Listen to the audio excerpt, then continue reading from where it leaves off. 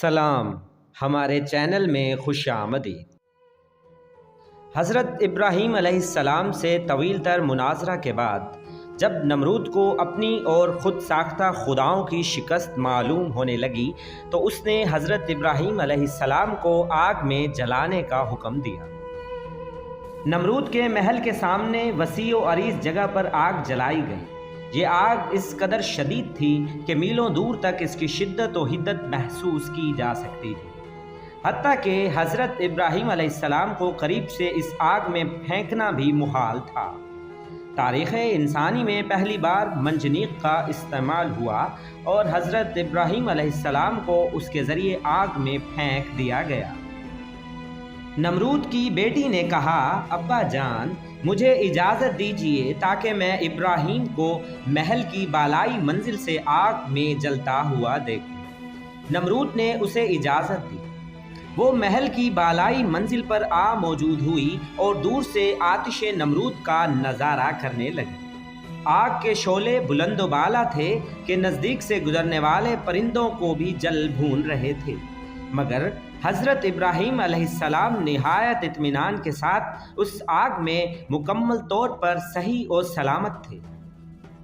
نمرود کی بیٹی یہ دیکھ کر نہایت حیران اور پریشان رہ گئی کہ آخر کیوں کر یہ آگ ابراہیم علیہ السلام کو نہیں جلا رہی۔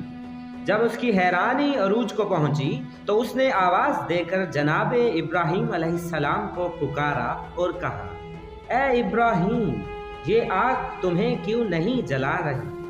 حضرت ابراہیم علیہ السلام نے جواب دیا کہ جس زبان پر ذکر خدا اور دل میں معرفت الہی کا نور ہو اسے آگ کیوں کر جلائے گی؟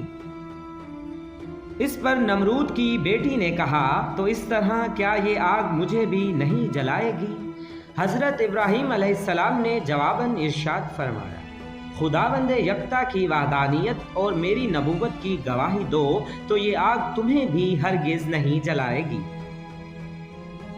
لڑکی محل کی بالائی منزل سے نیچے اتری، دل و جان سے حضرت ابراہیم علیہ السلام کی نبوت اور خداوند یکتا پر ایمان لائی اور آگ میں کود گئی۔ اس کے ایمان کا امتحان لے لیا گیا اور آگ اس کے لیے بھی ویسے ہی گل و گلزار بن گئی جیسا کہ حضرت ابراہیم علیہ السلام کے لیے بن چکی تھی۔ اس واقعہ کے بعد حضرت ابراہیم علیہ السلام کی صداقت اور رسالت اور خداوند متعال کی قدرت و کبریائی سب پر آشکار ہو گئی۔ نمرود کی بیٹی آگ کے گل و گلزار بن جانے کے بعد واپس محل آئی، جہاں اس کے دین ابراہیمی قبول کرنے اور آگ سے سلامت لوٹ آنے کی خبر پہنچ چکی تھی۔ نمرود نے اپنی بیٹی کو سختی سے کہا کہ دین ابراہیمی سے باز آ جا، ورنہ سنگین نتائج سے دو چار ہونا پڑے گا۔ اس با ایمان لڑکی نے کہا، میرے باپ، تو یا تیری سلطنت کچھ بھی نہیں جو حضرت ابراہیم علیہ السلام کے پروردگار کی ہے جو ہم سب کا رب ہے، اور تم مجھے اس پر ایمان رکھنے سے ہرگز نہیں روک سکتا۔ یہ سنتے ہی نمرود غصے میں آ گیا اور حکم دیا کہ اس کے ہاتھوں میں لوہے کی میخیں گاڑ دی جائیں اور اس وقت تک اس پہ ظلم و تشدد کیا جائے کہ جب تک وہ دین ابراہیمی سے توبہ نہ کر لے۔ مگر وہ با ایمان و با ہمت لڑکی جس کے ایمان کا امتحان لیا جا چکا تھا، کسی ظلم و جبر سے ہرگز نہیں گھبرائی اور اپنے ایمان و اعتقاد پر قائم رہی۔